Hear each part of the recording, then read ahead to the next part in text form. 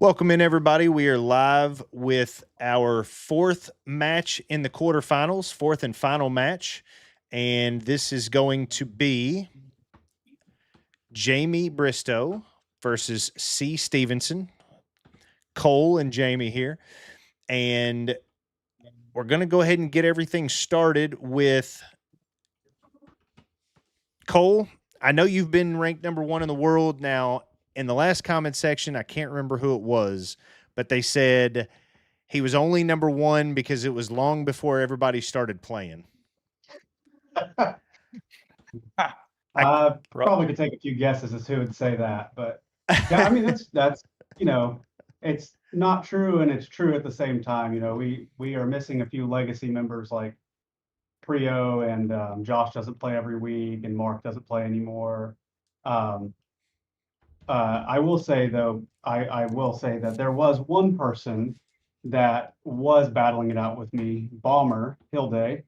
And the cool part about that was, some of y'all may remember, but we both qualified for the 2024 US Mid-Am. He's from Sweden. We met for the first time in person to play our practice rounds together. And just to prove that I was number one and he was number two, I did go 3-0-1 against him in all 4 rounds that week.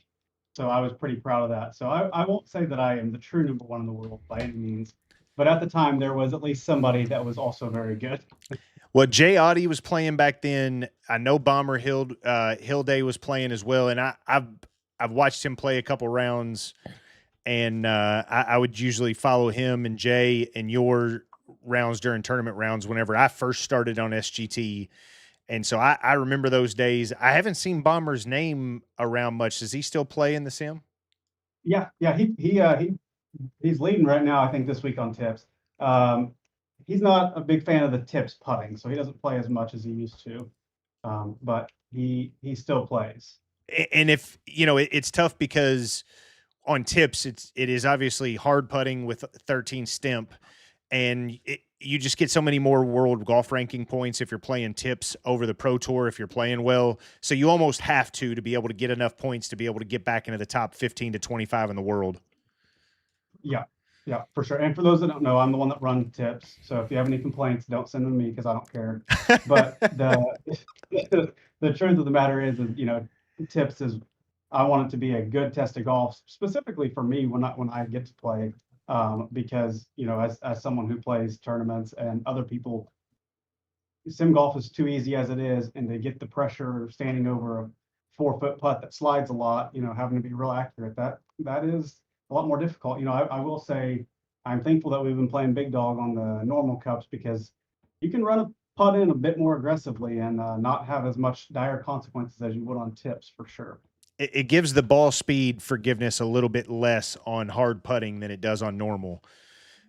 Definitely. And so, well, Cole, it's going to be a pleasure to watch you playing. Good luck tonight. Jamie, I've played with you a few times, played against you a few times, and I think that many people have agreed with the sentiment that you could be one of the dark horses for this event, and it could be you could get hot and you could beat everybody in this entire event, and I couldn't agree more with that. And I'm excited to watch you play tonight. How are you feeling? How does it feel to play for $1,000?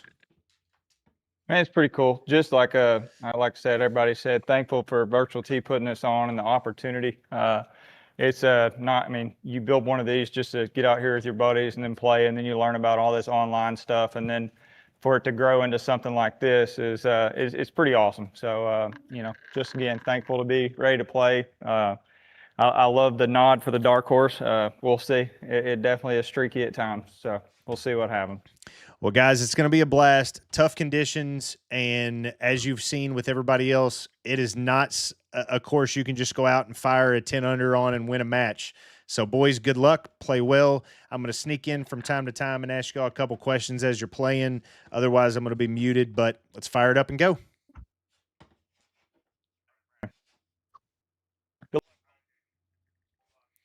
All right, guys, we are on to match number 4 with Cole Cstephenson versus JaymeBristow.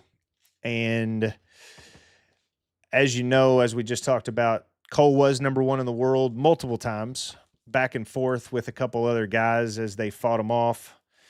And he is going to get us started here. The wind has changed. Now it's a tailwind on this hole.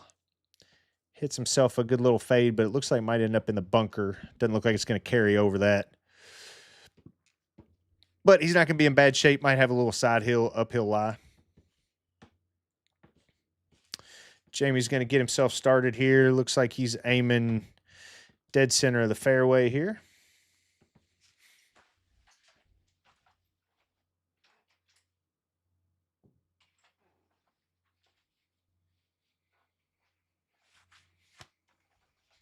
Gets a little side spin on it, but he might get all the way over there to the regular rough. It just kind of depends on if that tree's in the way here. And it doesn't look like that tree's going to be a problem. With a 25-mile-per-hour winds at his back and out of regular rough, he's going to be able to carry this, I'd say probably 115, 120.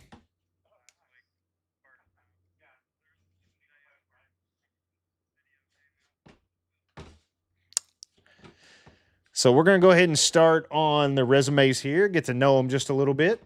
We're going to start with Cole because that's who I have pulled up on my sheet here.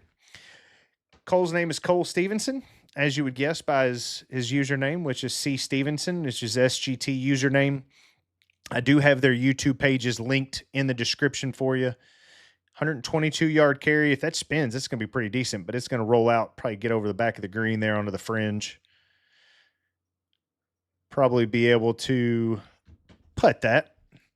Cole is from Tulsa, Oklahoma.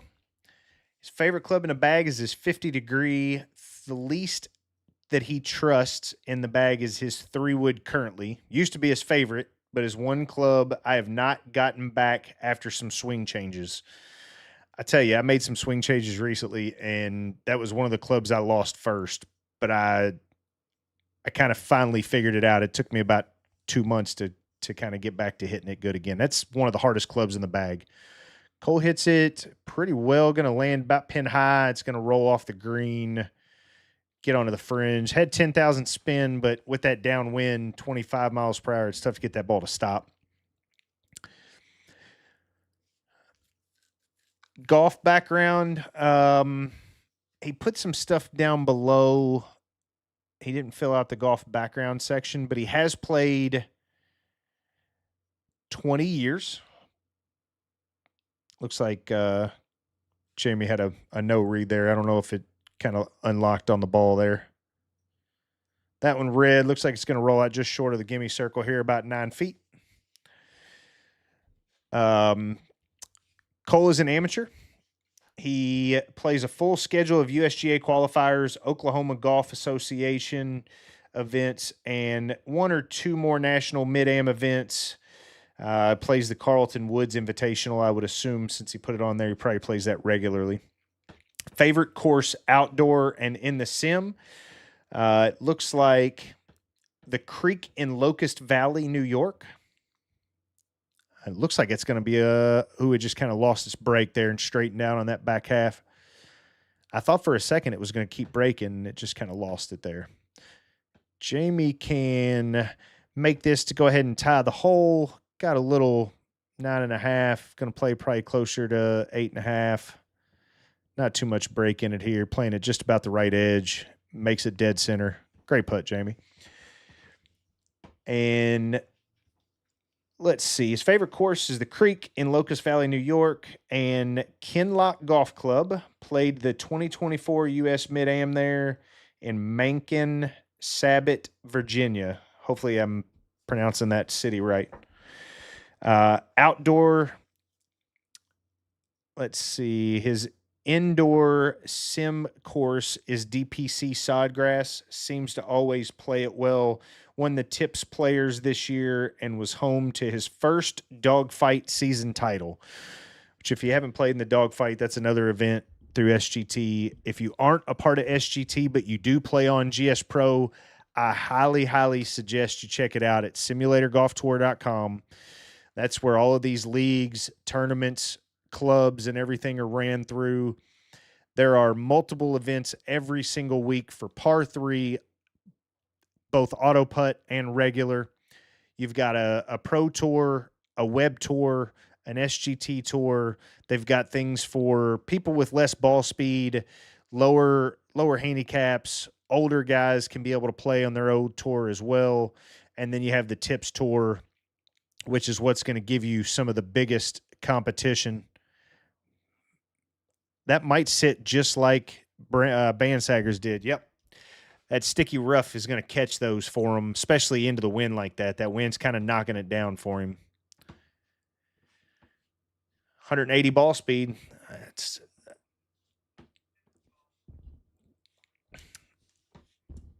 Let's see. Biggest golf achievement. Qualifying for the USGA event and having the course record on the course I grew up at.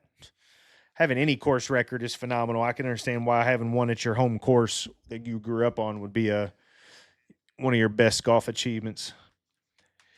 Biggest strength in your game, thinking my way around a golf course. Doesn't always show up in the sim golf, but I hit a high percentage of fairways outside and leave myself in the right spots. I tell you that sometimes that doesn't always translate to sim golf because it's harder to get a read on where your misses can be, even though you have the mini map.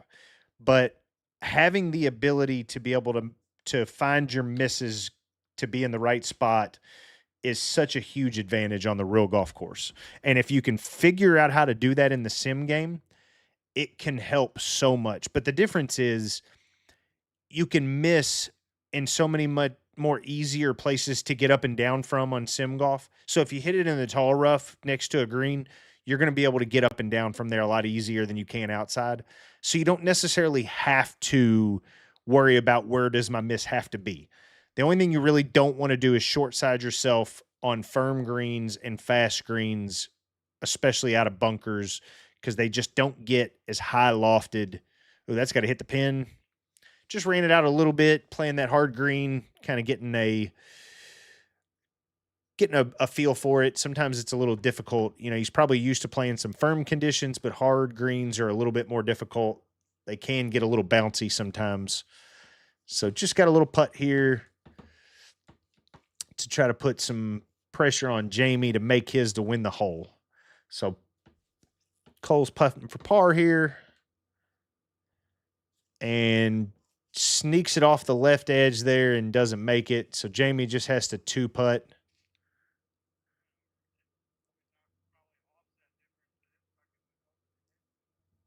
That's what it looked like on mine too. They were talking about how it looked like that ball went over the edge of the cup there.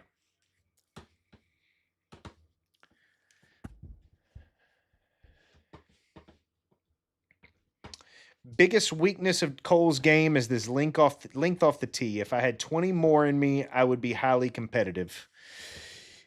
We'll find out here shortly because it looks like the first couple were 270s in carry. And I remember when we played against each other in the Sim Cup, that was one of the things that kind of hindered him.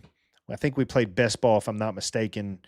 And Paul and I were generally so much further off the tee, and it gave us such a big advantage, and it was hard for them to overcome it at times. Looks like that might sneak into the bunker. It's going to have a little uphill and side hill lie, I would say. From 167, though, that's not going to hurt you. That ball rolls out to 365, even in the rough and into the bunker there. Cole has driver in hand here.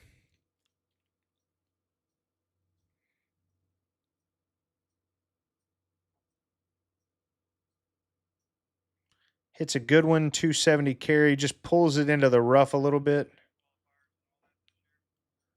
Going to leave himself just about 225 here from the rough.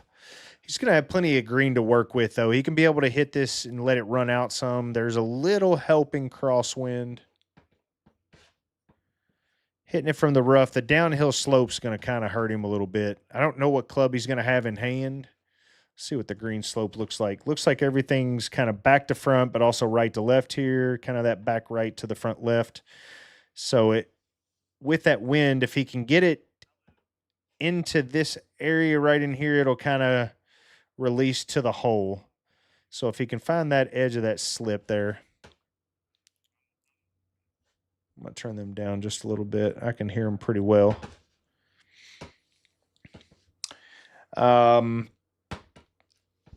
Cole says, how do you handle pressure? It's his favorite.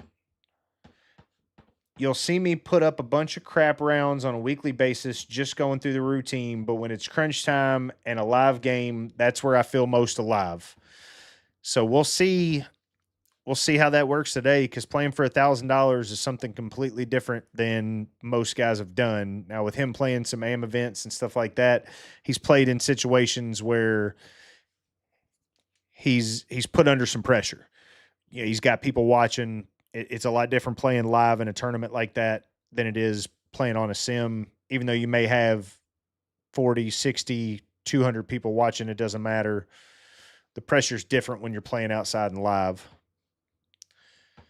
That wind might push that back towards the hole. It looks like it's just going to hang left. It's going to sit before the bleachers there and put himself in the rough. Cole is also in the rough with 18 yards left here. Nice little flat chip, though. All he's got to do is get it on the green and get it running to the hole. Looks like he's aimed out right rather than aiming the actual. And that's going to roll out nicely and stick into the gimme circle for him. Nice little guaranteed birdie for him.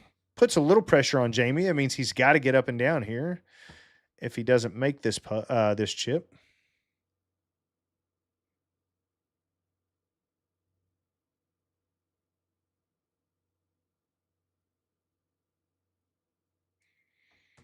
I would be remiss if I didn't mention the fact that the national championship game is about to come on.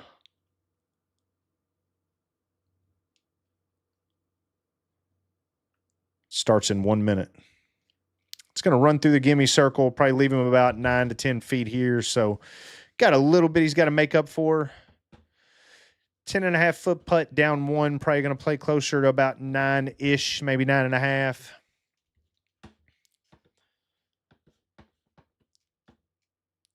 Little swinger, so puts Jamie in a tough spot here. He's got to put a good putt on this. There's not a lot of room for error here because there's some. Looks like he's aiming it about a cup and a half or two outside the cup, maybe about right in here. It looks. I think it's going to probably break a little more than that. Yeah, he even pushed that 0.1, and I didn't quite love that line he picked. I thought it was going to break more than that. All right. Hole number 4, we are all square. Cole's got the tee box back. It's 179, playing 163 without the hurting wind. A little left to right hurting. I would say it's probably going to play closer from 163, probably going to play closer to like 170 to 175, depending on how that wind shifts there, because it's kind of blowing south and then southeast as it shifts. So now it's more hurting than it was a second ago. So it may even play closer from 163 all the way back up to like 175, maybe 180.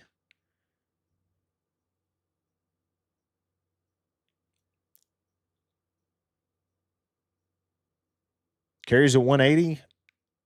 Looks like it's going to land just short of pin high and to the right. That slope's going to kick it down. Just not enough because it had some height on it. But he's going to be able to hit himself a good little chip there. All right, continuing with Cole's resume here.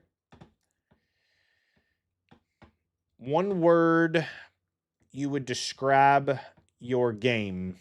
He'd like to call it gritty. Now, I would say he may agree with this, gritty whenever things are on the line, because he said in his last statement he loves to handle pressure. So if there's not much pressure, he may not be as gritty. That's a great ball there. Rolls it out just about pin high there. Got himself a nice little 27-foot putt there. Cole's got a wedge in hand, it looks like. Cole's outside handicap, he says +3, which I can see that. He's a pretty good golfer. No idea inside and not going to look. You know what? Now that makes it to where I want to look. So We're going to check it out here.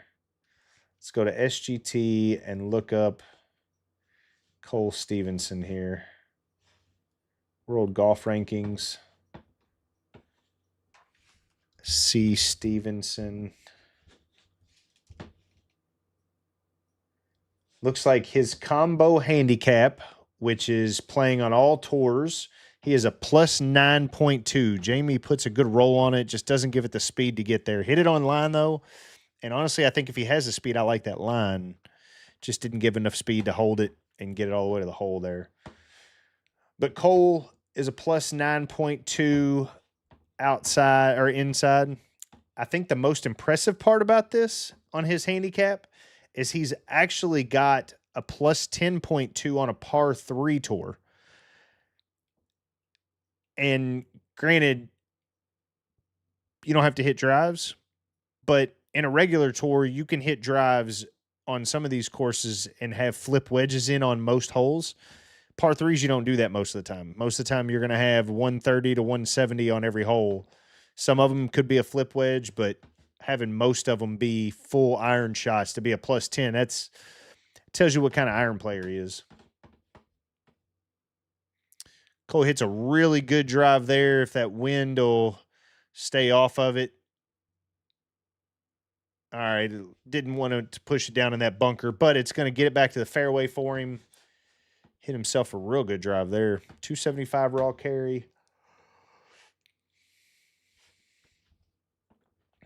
All right, let's see. What's the first thing you're treating yourself if you win? I generally roll my sim winnings to fund my outdoor tournament entry fees. I think it's a great idea. Keep everything in a little bankroll for yourself so that way you don't have to worry about digging into your own pocket. Just keep it all. I used to do that when I played poker. I'd have my bankroll completely separate for poker and just keep rolling it. Man, 183 ball speed, 11, almost 12 launch, 2,000 spin, gives him almost 320 carry. And even with that 15-mile-per-hour winds in the face, it's still got a 316 carry there. Looks like this green's got a false front and then a false back right corner. And then everything's leading kind of from that left side over to the right there.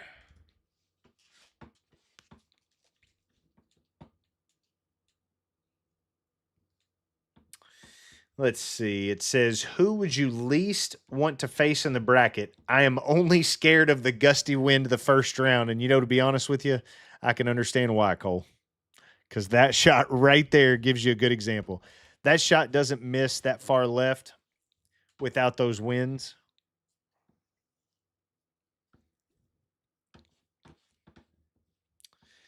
Who's a dark horse? I'll toss myself in there. I've pretty much stopped playing sim golf since the Sim Cup and Kong events. I went through a major swing overhaul in September and finally started finding the face again about a month ago. And if anybody that's went through a major swing change, sometimes if you're not committed to it, it can make it really tough because it can sometimes take 2-3 months to sometimes 6 months. What a great shot by Jamie right there into the wind. That was a phenomenal wedge. It can make you really frustrated when you're going through a swing change and you're not finding the club face and you're athletic, you're good at golf, you have the capability of playing, but you're just not finding the center of the club face. And it can make it really difficult and very, very hard to stick with the swing change sometimes. So good to see him stick with it, get through it, and get back into sim golf here.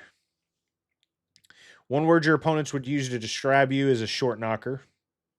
I don't think he hits the ball very short, honestly. 275 raw carry, you're generally, that one's trekking for the hole and leaves it short. I think, honestly, if he gives it the speed, that's probably dead in the heart. Maybe sneaks in the right side. But I think 275 carry, most of the time in good conditions, you're going to get rolled out to 290 to 300. And I don't think anybody's mad at a 300-yard drive. Now, granted, compared to some of these guys, Jamie does make that putt there to win the hole going on 1-up. Compared to some of these guys carrying it 305 to 320, I mean, it's just, I used to think that I hit the ball pretty far, and I can generally carry it 295 to 305. But once I get 172 to 170 ball speed or 175 ball speed on average. These guys smoke the ball compared to me. And I used to feel like that I hit the ball farther than most people, which I generally do. I mean, there's not a lot of guys that can outdrive me, but playing against these guys, they do. And it's fun to watch. It also makes me want to get back into speed training again and get my ball speed up to 180 plus. Hits a little duck hook there, 35 spin axis, but he does catch a good break. Catches that sticky deep rough, and it stops it for him. Kind of hit a low spinner there that just kind of dropped out of the sky and just didn't get him enough air.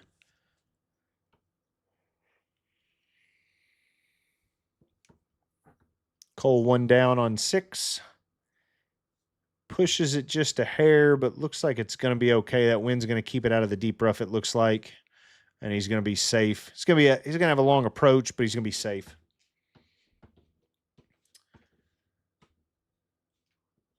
Who's winning it all besides you? If not me, hopefully Jamie goes on to whip up on some guys. So that means if Jamie wins here, at least the guy that he lost to would end up winning. I always like seeing the guy that beats me in the tournament to end up winning it. That way I know I lost to the guy that won. Because then I can say, well, you know what? Had I beat that guy, I could have won. It's always my way of arguing about it. Any messages for your first round opponent? Let's get ready for an Ozark redneck brawl, Arkansas versus Oklahoma. Anybody from that area would know that. It's not something I'm familiar with, but I'm sure anybody from that area knows. It's got to take a big hop to get there. It looks like it's going to stick in the rough and just stop on the fringe there for him. He's in the semi-rough, so it might be tough for him to putt from there. He'll probably have to chip that.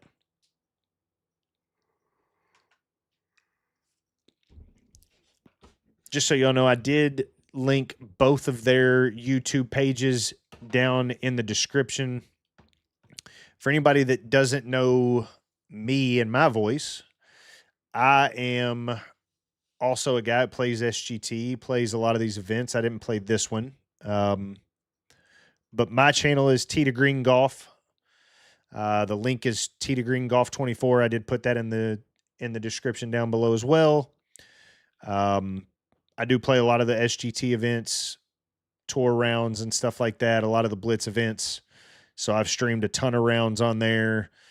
I started a series of a hole-in-one challenge where I go and play some par threes and see how many shots it takes to hit a hole-in-one on it. I got through one, and I ended up doing another one live. I did the Bryson DeChambeau hole over his house. Took me like 103 shots. I do have a video on there of me playing 17 at Sawgrass, where it took me, I think, 34 shots. And then I did 16 at Augusta on a live stream. Sorry, Georgia Golf Club. My mistake. And I can't remember how many shots it took. It took me a long time, though. I was there for a couple hours trying to make that one. I had it on Sunday pin with low stimp, and then I turned it up, and it made it a little easier to run it off that hill. So I turned it up to 13 just to give me more of a Masters feel.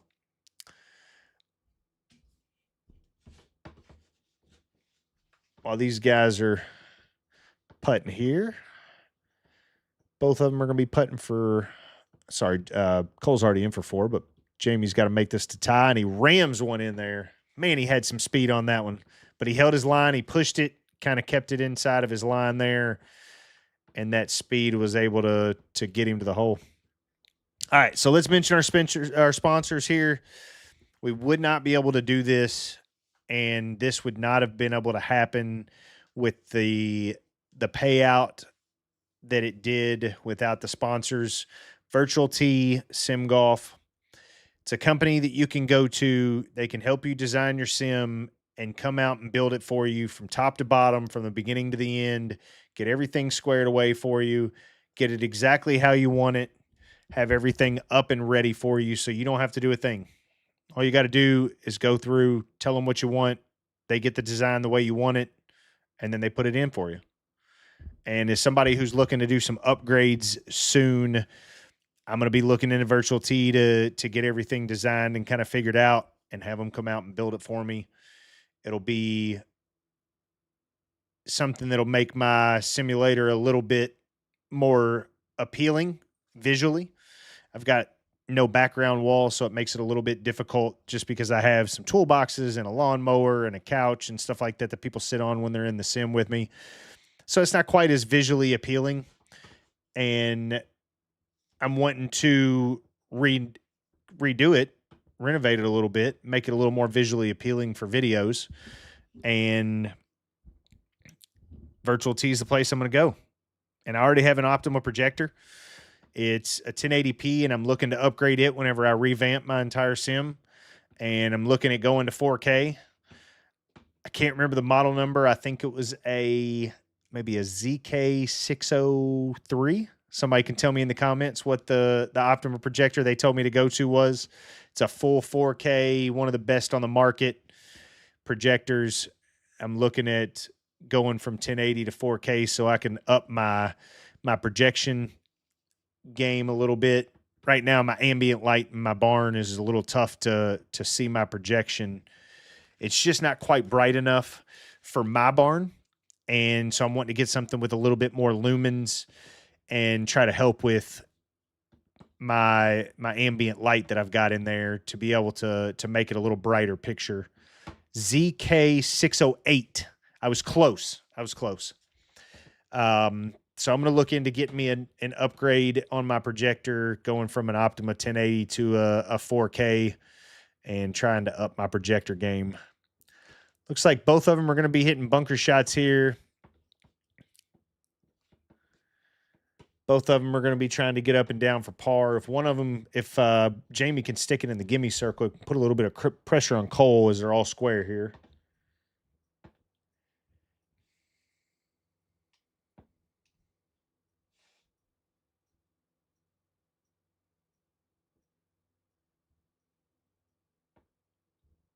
And Jamie hits himself a phenomenal chip, gets it to stick in the circle there for him.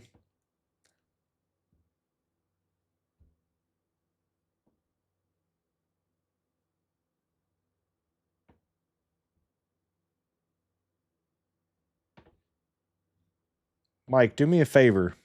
If you have Jamie's resume, email it to me real quick, please, because for whatever reason, I don't see it on this PDF that I've got of everybody's resumes. I'm looking through it just to make sure. I cannot stress how much nicer 4K is. I finally moved to it after 6 years with my sim. See, I'm 3, almost 4 years in on my sim, and my projector has been great. I also think that I don't have my projector to the right distance to be able to help get some brightness on my screen. Because my enclosure is shorter, I should probably have it closer to the screen. It's probably, I'd have to measure it to see how many feet back it is. So I could probably help with getting it brighter if I put it closer. But if I'm being honest, I just want to go to 4K. And it's an excuse I have to make myself go to 4K. So Cole puts himself about pin high, just right of it. I think he thought that wind was going to help it just a little bit more. And it did. It did some, but just didn't quite get to the middle of the green. So he got some back right to front slope here and have a little false right behind that pin location. So it could be pretty difficult. Perfect. Bell's just sent me Jamie's information here. I'm going to pull it up so I can read it. That looks like it's going to, that wind shifted on him and went from a crosswind to a little hurting, and it changed to 20 very quickly and knocked that ball straight out of the sky. Perfect. Thank you, Mike. I greatly appreciate it. Mike sent it to me too.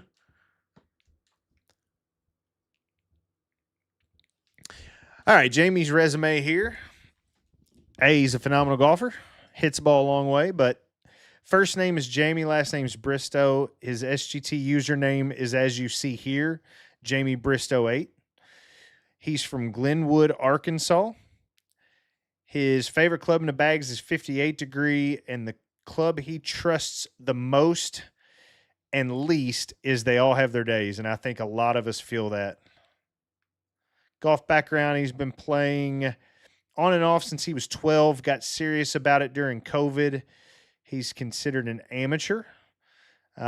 He plays as many outdoor tournaments as he can, starting to play some USGA events in Arkansas, some individual tournaments. So he's starting to get into that. His favorite course outdoor looks like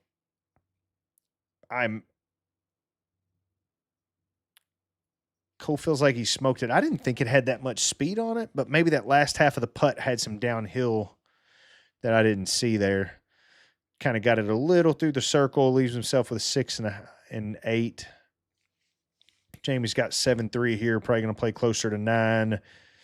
And, man, those short putts, I'm telling you, if you don't get the speed and just kind of hold that line with some speed, it can absolutely break off the table.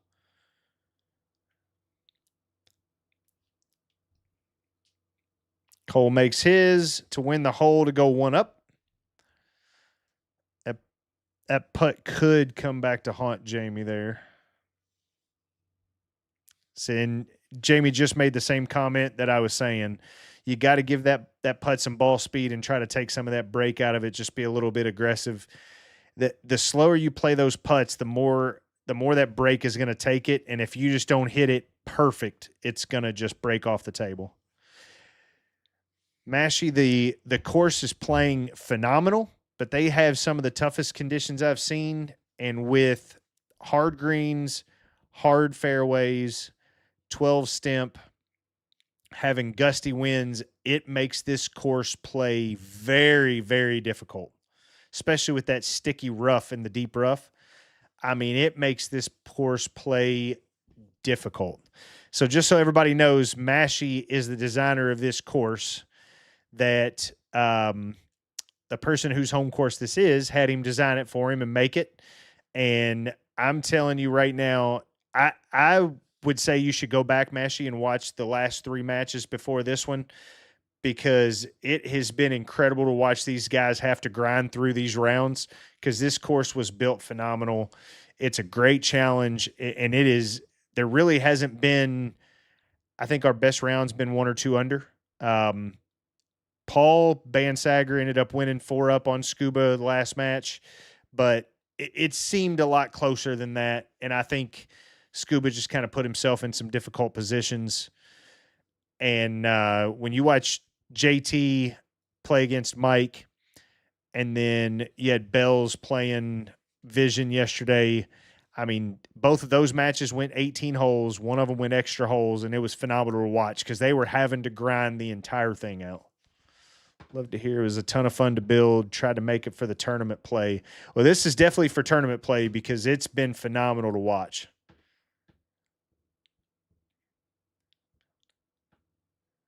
Well, you know what? That's a great event to win then. You always want to win money when you win an event, but if you end up getting your home course built and it turns out this good, there's nothing to complain about that. Yeah, I think the no colliders, by the way, I think that turned out perfect because it makes it really difficult to play with the colliders on the bleachers and stuff.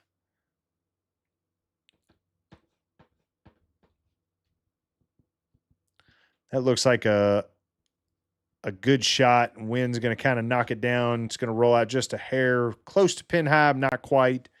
It's going to have about a little, almost a 40-footer there for a birdie. Jamie can put one close here. He can put some pressure on Cole to have to make that.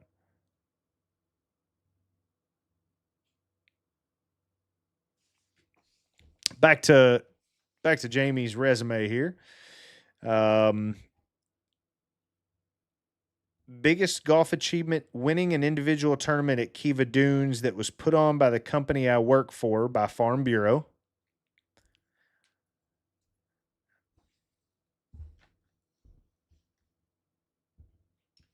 He's going to have to try to get this one close because there's a lot of break, and landing it almost halfway there can get this ball to kind of kick right. So he's got it aimed out left, almost to the edge of the first grid line there, maybe a little outside of that. Carries it way too far and low. That's one of those tough ones. You got to get that ball up in the air and land soft on these hard greens. And you've got to just let that ball kind of trickle out because these hard greens are difficult. And now he has a tough putt coming back to try to make par.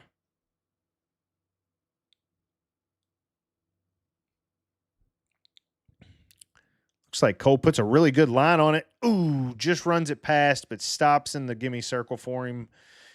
Guaranteed par there. So that forces Jamie to have to make this here. Got a little break. I would say my read's probably going to be somewhere around not quite that far out. Whoops. Say it's probably going to be somewhere around this grid line, I would guess. Because that first part's going to be uphill and looks like it's going to, oof. That might have broken all the way back to the hole if he'd have given it the speed there. It was a good run, just a little short. All right. Jamie says his biggest strength in his game is driving distance, which I would definitely agree with. Having 180 plus ball speed is a big advantage.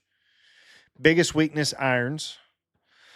How do you handle pressure? I like to think fairly well. One word you use to describe your game, bomber. I think it's as long as he can get his spin numbers up and he's not getting that strong draw spin or the little duck hook spin, he's in good shape. He can get the ball up in the air and get it to carry. Last few drives have been a little short because he's got that drop kick spin on it. His handicap outside is +2, inside is +8, or as SGT calls it, -8. Looks like Cole hits himself a good one there. That wind's probably going to bring it back. Firm fairways are probably going to bounce that all the way to the bunker. But it stops short in the rough. Yeah, he's going to be a little downhill most likely, maybe a left side hill.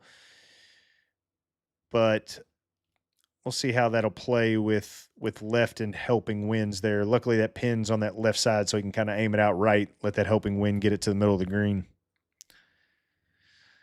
Jamie's got his spin numbers up, got his spin axis much lower. 178 ball speed, gets 323 carry.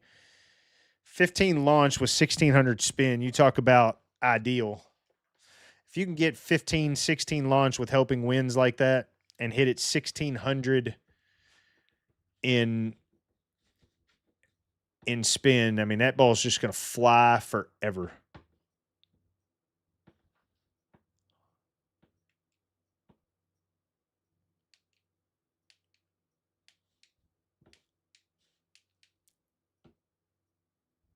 All right, Cole is on a little downhill lie. Not much left like I thought it would be. Down 6.5. Yeah, 390 yards. It helps he had 15-mile-per-hour winds at his back, but still 323 carry, gets all the way almost to 360 with the wind, and then rolls out to 390 dead center. Under 300 side spin, which is phenomenal for that much ball speed. All right, let's finish up his resume here. What's the first thing you're treating yourself to when you win? Probably new wedges from Bells. Bells runs a golf shop, as we talked about, for his resume. Ooh, that might sit nicely there. Spin some for him. If he has 9,000 spin on that, coming out of that rough, it takes some of that penalty off. If he only has 9,000 spin there, that was absolutely beautiful. And that would have set a little bit shorter, probably come up into the gimme circle and may have settled in it. I'll move these cameras up just a little bit and give you the ability to be able to see the penalties better. There you go. Now you can see the live penalties a little bit better. So we got Jamie at 2 down, hitting 96-yard shot. Looks like it's going to come up a little long, but could spin a hair. Does spin back a couple of yards there for him. Gives him about 6 feet closer than what he was. But when you're downwind on hard greens, 10,000 spins just not going to stop. It's tough to get it to start spinning backwards. Who would you least want to face in the bracket? Bells, because we play everything together. Hard to root against him. I agree, but I will tell you, if you guys end up meeting in the finals, it would be a fun match to watch. Who's a dark horse? Scuba when the flat stick is hot or vision, he's been playing well. I would agree on both of those. Fortunately, Scuba just couldn't give himself a lot of chances to make some putts tonight. But I would have 100% wholeheartedly agreed with that. If he's giving himself chances to make putts, he is very hard to beat. All right, Jamie's got a chance to win a hole here. Got a little early break, and then it's going to straighten out. It's going uphill on the first part of that putt, so really it's going to take some of that first part, that early break out of it. But looks like he's pushed it and aimed a little off. He just didn't quite give it enough on the read.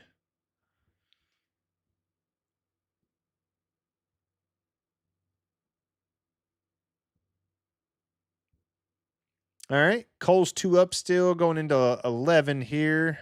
Par 3, 188 yards, a little helping right to left wind.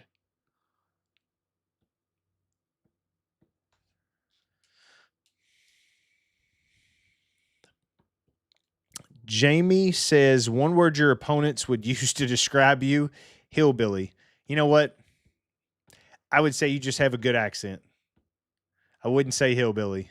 And as somebody who has lived in Eastern Kentucky and has just a little bit of twang himself, I can assure you I've heard some of the best of the best and the worst of the worst in accents.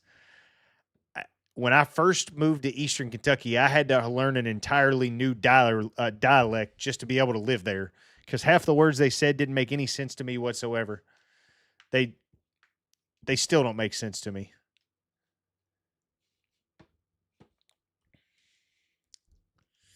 Who's winning it all? He thinks Bells, besides him. Any message for your first round opponent? Looking forward to the battle of the Ozarks. Any social media accounts? We made sure that we tagged that and linked it in the description for you. Looks like that wind's going to carry this left and probably end up on the semi-rough, maybe the fringe. Actually, it rolled back onto the green. It's going to give him about a 24-footer there for birdie. Just a hair further than Cole is. A little left to right breaker. Looks like it's going to break most in the beginning of it here, and then just kind of continuous from there.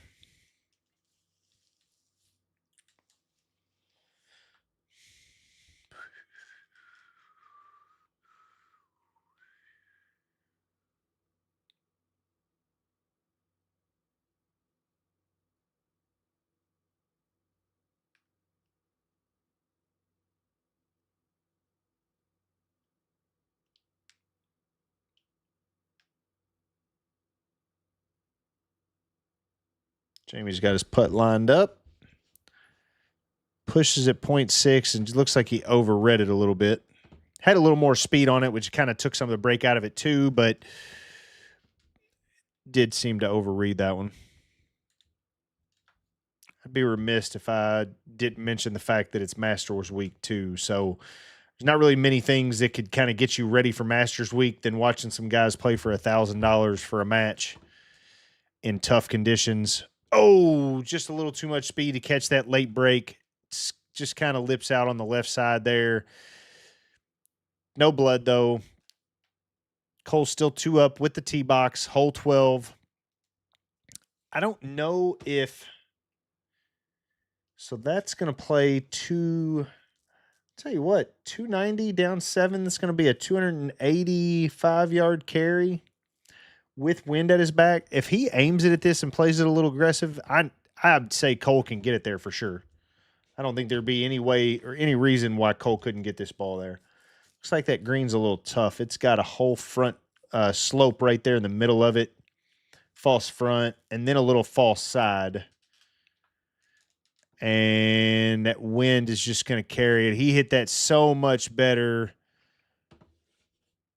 He hit that so much better than what it turned out. That wind just carried it far right.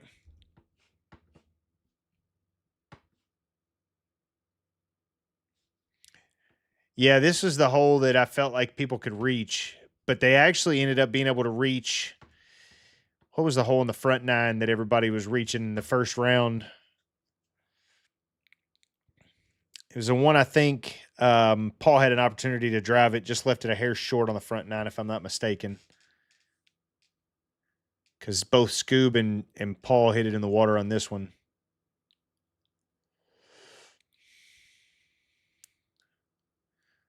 Jaymee does the smart thing, knowing he's down 2, just puts it in the rough there, puts it in play, and gives himself an opportunity to be able to put it on the green and have a birdie putt. That was the absolute smart play right there. I mean, honestly, he probably could have hit a 5-iron, 4-iron, or 3-iron. I mean, shoot, 5 or a 6-iron. Put himself 210 yards out there and just gave him a good little look at it, but he doesn't have a bad look at it at all. Cole stripes one. That's going to run out some, and then it's going to settle just short of it most likely. Oh, he's got that slope with that little in the middle of the green.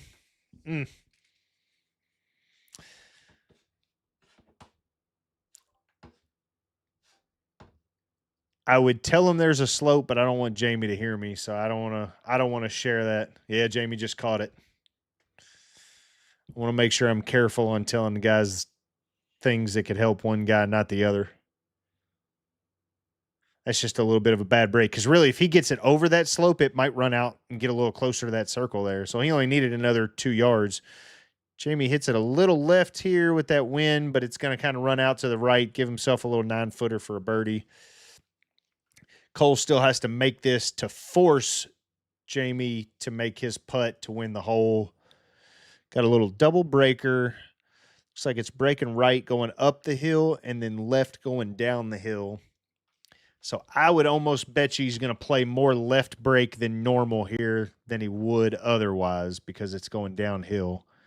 And this is where the Paul's going to die. Oh, just a little more speed, and that gets in the hole. I think that's the line, honestly. But that was kind of what I was talking about, playing that first part just a little bit less, aiming it pretty far out to the right, and letting that second part take all that downhill break. Jaymee just needs a little 2-putt here, just kind of tap it up there and get himself a win. And there it is right there. Just taps it into the circle. Doesn't even care whether he makes it or not.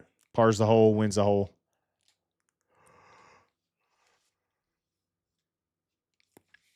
.206 yards into 22 miles per hour wind. Now it's 25. Hurting and left to right.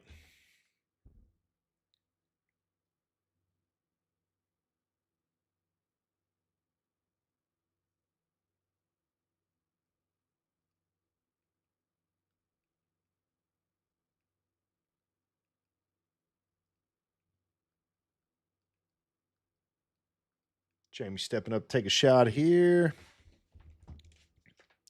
Looks like he's got it aimed just a hair left of the flag. And hits a little slight draw. Wind's kind of pushing it back, but it is not going to knock it down in time.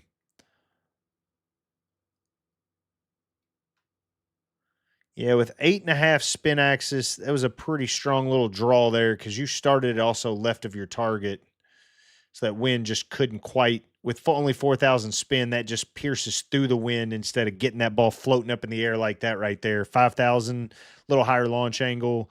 That's going to float up in the air and just kind of balloon, whereas Jaymee's pierced through it and just kind of went through the wind. Coles didn't quite do that.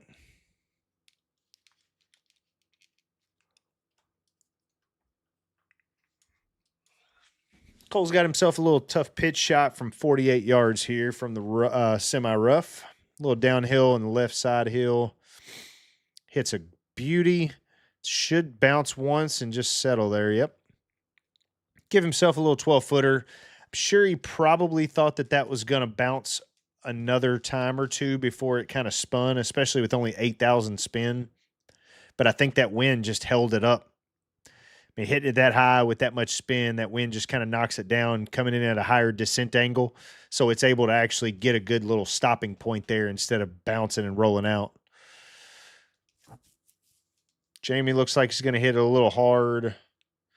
He kind of hits those lower shots on his pitches with lower spin. I mean, he's getting good VLA, but for whatever reason, those shots are just coming out lower. and it's just not quite hitting soft enough to be able to kind of sit. They're just rolling out a little bit too much for him. He hadn't quite figured out the hard greens yet. So Jamie's got himself a little putt here, put some pressure on Cole to have to make his because Cole's is just inside of his. And just didn't give it the speed.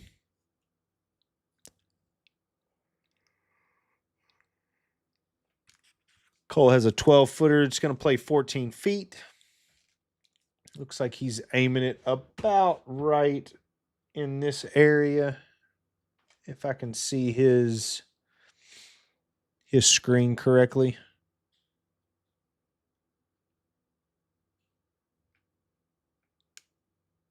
Hits a much better speed putt, gets it to the hole. Had a half a mile per hour ball speed more there just to get it to the hole, and he was 2 feet closer. So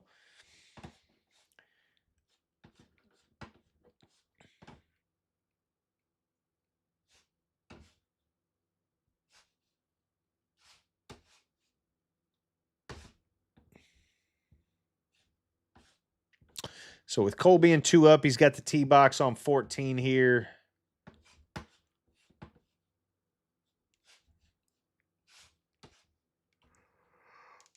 And he does pull it. May have hit it a little heely, I'm not sure.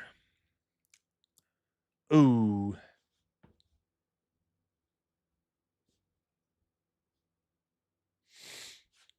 So he didn't hit it heely, but he just kind of pulled it a little bit. Maybe closed the club face down, trying to hit a little fade. Just didn't give himself a chance to get the ball back to the fairway.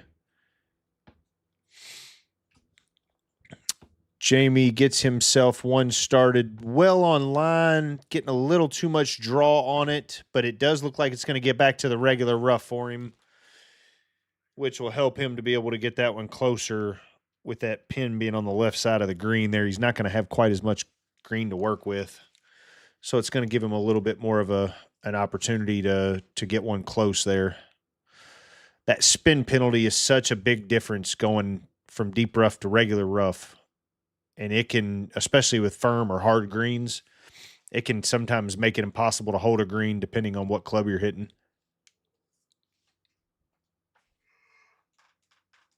Five and a half down, 7 right. That's going to push it right with wind. He started that dead straight with 6.5 left spin, but having that 7-8 right side hill is going to push that ball off to the right. And then you include that wind that's going to catch it. It's just that ball was never going left. Jamie's got 112 yards, down 1-7 and right 1-7.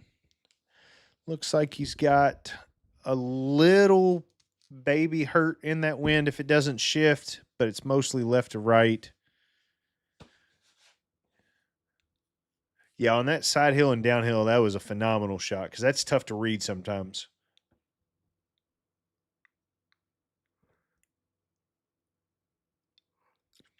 That's your miss, though, Jamie. Yeah, there's no reason to go left of that and put yourself in a bad situation. With that wind, you start aiming it too far left, and you just put yourself in trouble. So I think that's not a bad miss at all. Hit a little cut wedge there and got it up in the wind, and it just kind of ballooned on him. Uh-oh. Oh, he had the speed to get it there, but he pushed it 0.9, and that kept it out of the hole. I think otherwise that's probably getting there.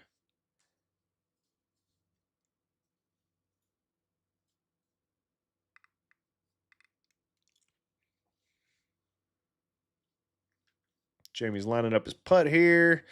Got a 30-footer that can win him the hole. It's going to play 31, almost 33. Looks like he's got it aimed just a hair to the right of the cup here, which I think I like that line that he's on, as long as he gets the ball speed right here. Pulled it 0.3 and kept it out of the hole. Otherwise, that's in the hole. Yeah, if he doesn't pull that one, I think that's dead center.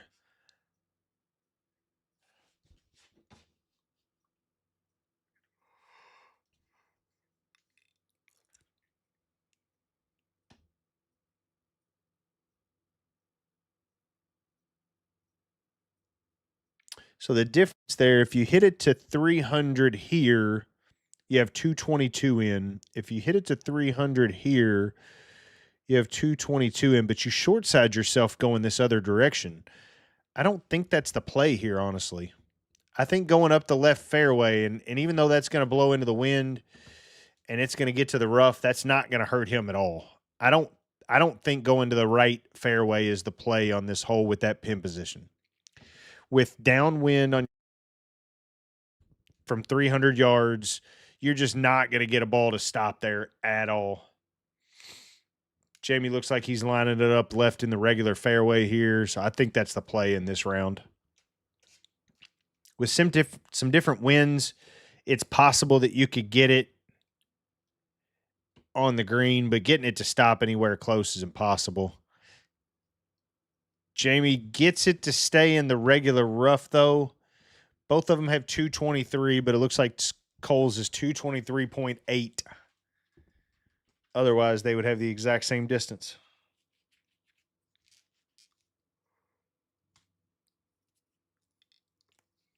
Slight downhill with a little left, so he's going to have to start this out fairly far to the right. He's got it aimed over here towards this tree is where he's looking at, and I think that's going to be on a good line if it draws, but he had some fade spin on it, so it's trying to fight that wind. Having fade spin 3.5.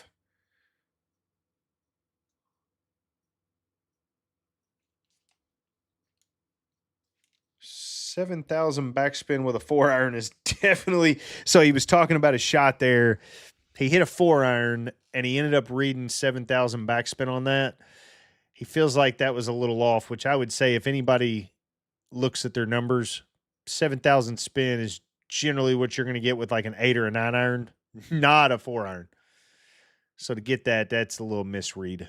That kind of shortened his carry there. That could kick right and end up good. I just bounced a little too straight. Yep, we kept members happy on this hole. They don't have to watch the video and see him going to the right this time.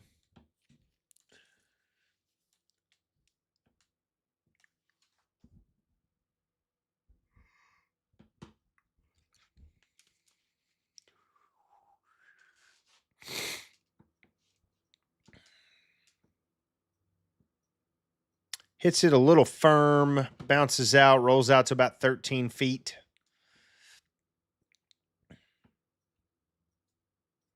Jamie's got himself a little downhill chip here.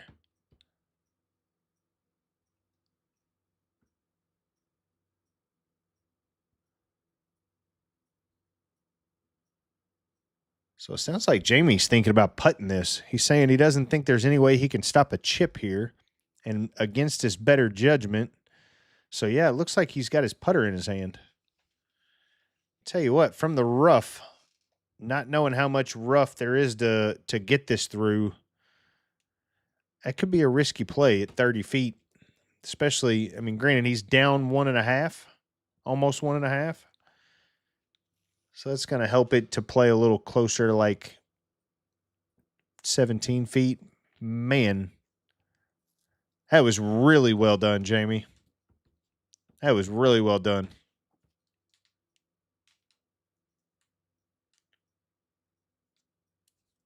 Put some pressure on Cole to have to make this now because that gives Jamie a birdie.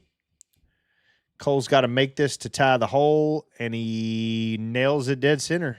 I was thinking maybe it was going to fade off, but with that ball speed, it held the line.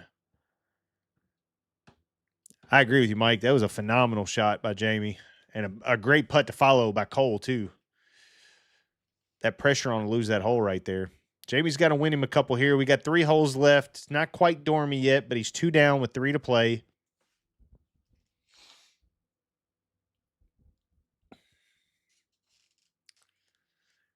Looks like he hits a little driving iron. Dead center of the fairway. Doesn't even mess with the out of bounds, knowing he doesn't have to do too much here. Just puts himself in play at 150 yards. Probably puts a 9-iron in his hand. Maybe a wedge, especially with helping wind. It'll be a little higher wedge. Putting from the rough, baller. I agree with you. Jamie's got driver in hand. Looks like he's aiming pretty much dead center of the fairway here. Hits a little right of his target here. And that is going to make it tough for him if he's got a tree in the way.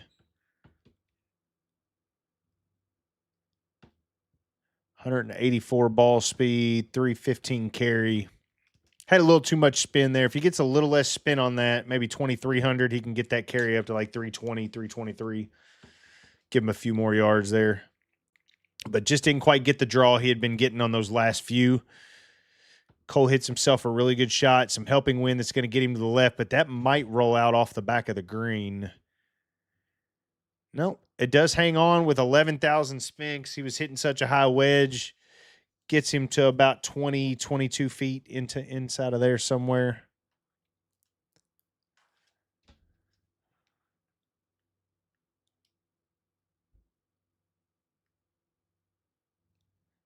UConn is beating Michigan by 2 with 3:15 to go in the first half. Jamie's got himself a tough little shot here. 57 yards. Looks like he's aiming a hair left of the pin here. Looks like he's aiming it about right in this area. So I'm going to try to give you guys a decent look. Looks like he's got it aimed about right here. So he's going to try to land it there and just kind of run one up into the hole.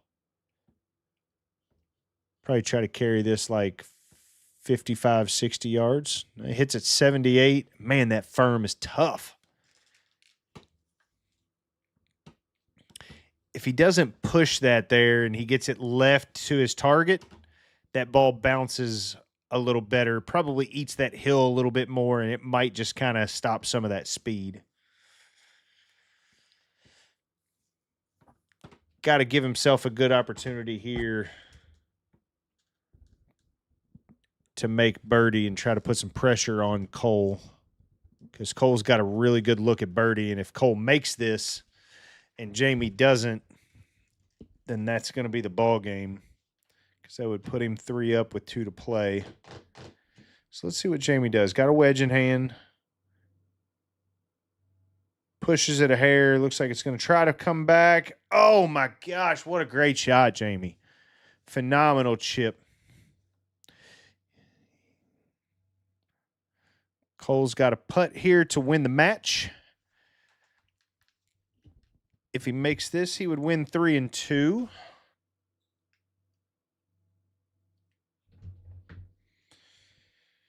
This is a $1,000 putt in theory. Now it's starting to get down to every single shot matters, knowing that the match is on the line. And I like this line. Just lost the speed and didn't hold it. Kind of pulled it a little bit, but had he had the speed, that might have been able to hold that line late in that putt, but just didn't quite get him there. So he's Dormy 2. Jamie is. Got 390-yard shot, 22-mile-per-hour hurting crosswinds here.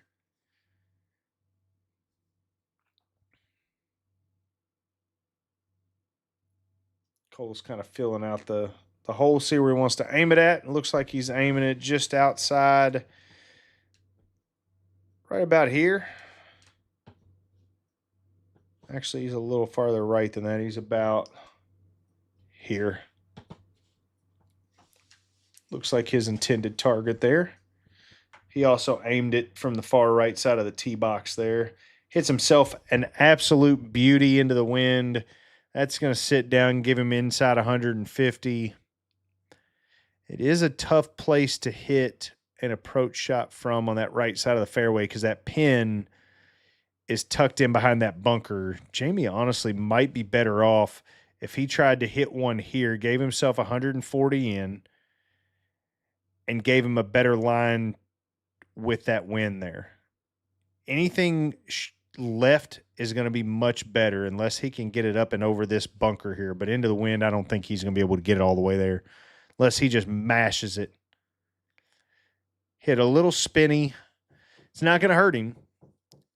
Just hit it a little bit spinny.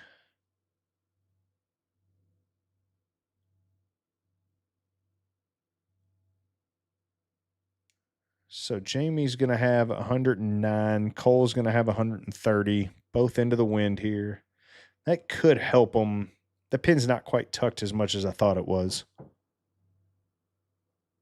From back on the tee box, it made it look like it was tucked a little bit more behind that bunker, but with into the wind there, it'll help him sit this ball down a little better. Pulls it, wind's going to eat it up and fall short. That's going to open the door for Jamie right here. What's going on, Jacob? Thank you for joining in, bud. If Jamie can make a really good stroke here, he can give himself an opportunity to win this hole and put some pressure on Cole going into 18. If he sticks one close,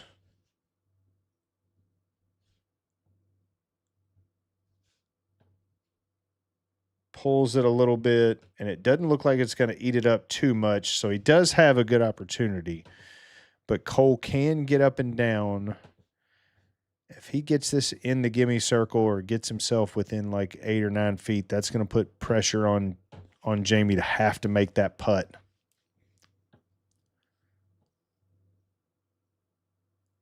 That is a phenomenal shot. Puts himself inside 9 feet. He's at 7.5 feet there. Jamie's got to make him one here to win the hole and continue this match. Otherwise, Cole can close him out.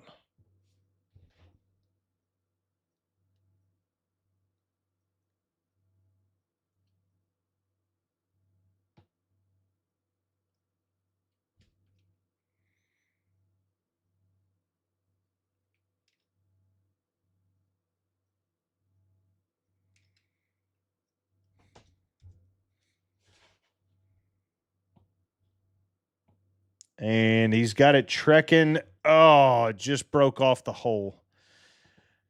All right, Cole's got a slight little breaker here. Not too much to clean up and win this match here. But he makes it dead straight. And he does get himself a good little win. Guys, before you exit out, if you don't mind. First of all, phenomenal match. Comes all the way down to 17. Cole does win 2-1, but I tell you, it could have went either way. There was a couple little breaks here and there that could have caused either one of you all to win a hole. And Jamie, you played great. Had a couple of drives there. You just kind of got a little squirrely on. But other than that, you played awesome, man. How you feel? Man, I feel good. End of the day, you can't par basically and bogey a par 5 on the front when you're playing against Cole or really anybody in this and expect to, when you get the lead, you can't go out there and par a par 5. So, but that's a couple errant shots, and here we are. But I enjoyed it. It's always great playing. So no regrets. Just tried to hang in there as long as I could. Well, it was fun to watch going back and forth. I think this is the first match, if I'm not mistaken, where both guys was leading at one point. I think the other matches, the same guy was leading. Whoever won pretty much had the lead the entire time, if I'm not mistaken. But it was a phenomenal round. That's a tough course, tough conditions with that kind of wind. You short side yourself. Though it seemed like it took you a little while to kind of get used to the hard greens on your chips, and you just had a couple run a little bit past, and it cost you a couple holes. Yeah, probably just not paying attention to the green being downhill or uphill. I had some come out high that landed soft and didn't release. That would have been nice if they would have. And the one I didn't need to release hit concrete and took off. So that's just part of it, though. I mean, part of golf. Yes, it is. Very much so. Every hole can be different. Well, Cole, tell me what it feels like to get you a little win here. I know you said in your resume you went through a pretty significant swing change, and it took you quite a while to kind of get through it all. And I know how frustrating and taxing that can be on a golf game. So tell me what you're feeling right now. Pretty good. The hard part about this is I know everybody couldn't hear our audio, but you can hear me complain the entire match. So sorry, Jamie, but you know, the problem was I was hitting really, really good shots, and I just could not figure out the wind for a very long time. And, you know, it'd be less than a yard offline and fly 30, 40 yards right. And that was pretty frustrating to start out. So it took me quite a while to adjust to it. But, you know, that's part of it. It definitely, the Gusty is not my favorite, but it makes it interesting. It kind of evens the match out because it just adds so much variability. And I, you know, quite honestly, I don't feel like I beat Jamie. I feel like Jamie got more bad breaks than I did on shots, and that's what cost him the match. Honestly, I mean, I feel like we played really evenly. I would even say he definitely hit driver better than I did most of the night. But you know, I'm just thankful that the bounces kind of fell my way instead of his, I guess. So sorry, Jamie. It's one of those. It's one of those things where if you get it a little spinny up in the wind, you were commenting you hit that 4-iron at 7,000 spin, and that had to have been a misread. You don't see 7,000 spin on a 4-iron, but when you hit one with that much spin, it's just going to get eaten up by the wind. And that one that Jamie was a little confused on, he drawed a little tight draw on that par 3, and he was confused how he could miss that pin to the left. I think he just hit a piercer with low spin, and it just got through the wind, and it didn't get eaten up. And then you hit right behind him, hit a shot that just got destroyed by the wind. And that's the tough part about trying to figure out the wind from shot to shot.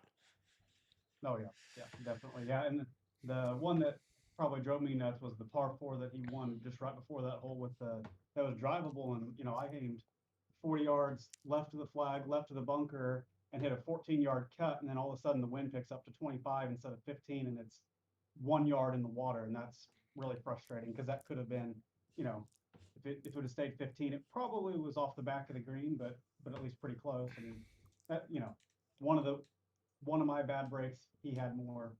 So it's just the way it goes with this kind of stuff. Yeah, with hard greens, hard fairways, and gusty winds, it's really all about who can kind of find their misses in good spots and give themselves a chance to make pars, and who just catches the bad breaks, because it's tough. That's for sure. Yep. Well, guys, it was phenomenal to watch your all's match. It was a great match, back and forth. It was fun. I appreciate you guys letting me to do it. Good luck the rest of the way, Cole. Great match. Way to get here, Jamie. And I will see you guys soon. Thanks, See you next week, Paul. Yeah, Absolutely. Great win, Cole. Y'all have a good one. Well, guys, I greatly appreciate anybody and everybody that did join us there. I would be remiss if I didn't mention the sponsors that's absolutely made this happen and allowed me to do this. Again, Virtual Tee Sim Golf. If you're looking to get a sim built or if you're looking to revamp, please contact them. Optima projectors, when you're looking at building your sim, or if you're looking to upgrade your projector, look at Optima first. I've loved my 1080p for a long time, but I'm looking at getting a 4K, and it's that time. So without them, this would not be possible. These matches, allowing me to be able to commentate them and being able to watch these guys, it's been phenomenal for this first round in the quarterfinals. I'm looking forward to the semifinals coming up.